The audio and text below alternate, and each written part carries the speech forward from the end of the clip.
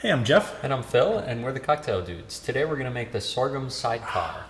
This is one of my favorite cocktails that we have utilizing the sorghum syrup. Mm-hmm. We have a lot of these cocktails that you can make.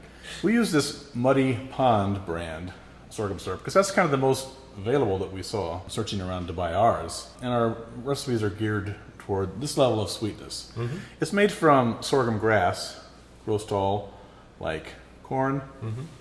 Press the stalks, boil the fluid that you get from that, and you're left with this delightful, nutty, malty wonderfulness. Yeah. Right? It's got some grassiness, earthiness, which actually pairs great with a rye. Yeah. Mm-hmm. You taste it out of the bottle and you say, this thing is like not so sweet. You're thinking like it's going to be sweet like maple syrup. Right. But the sweetness shines when you mix it with booze. Mm-hmm. It's like, wow. So you don't want to like use too much of it. Right. This is kind of a sweet cocktail to begin with. Mm-hmm. We're just using 1/4 ounce of the sorghum syrup, but you have your dry curacao here, which has some sweetness in it too. Right. But this is just a glorious cocktail. Mm-hmm. So for the sidecar, you need some rye. We're using the Colonel Taylor's here today. Dry curacao, your orange liqueur, the sorghum syrup for the sweetener, some orange bitters, and some lemon juice, right? Mm-hmm. It's that easy, Phil. Yeah. Yeah. This is a 1930s era cocktail, right? Right. Most probably from Harry's Bar in Paris. And cousin to the margarita. This is a grandchild of the Brandy Crusta, which we also have sweetened with our sorghum syrup. So you can check that out too. Exactly. We're going to put everything right into our mixing glass, starting with 1.5 ounces of rye. We're using 100 proof rye. And we favor that a little stronger proof than your normal 90 proof rye in this cocktail. Phil's going to do 3/4 ounces of the dry curacao. Mm-hmm. Like it started on the same amount of lemon juice, 3/4 ounces. Now you could shake this cocktail, but we're going to stir it because the sorghum syrup or molasses is like molasses. It doesn't mix in well, especially with cold. Yeah.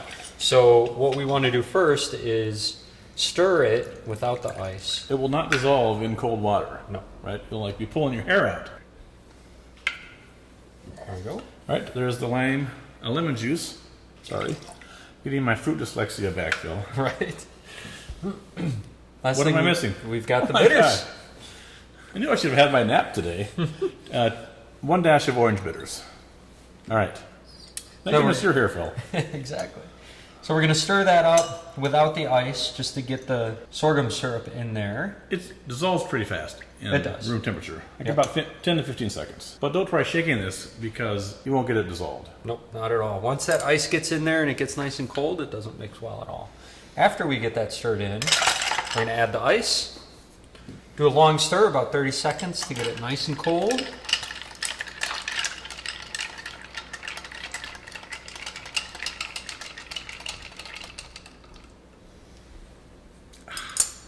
And then we're going to double strain that into our glass.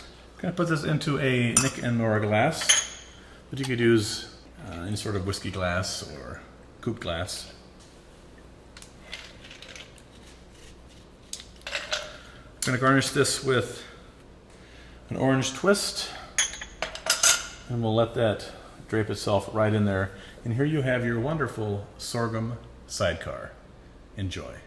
Cheers.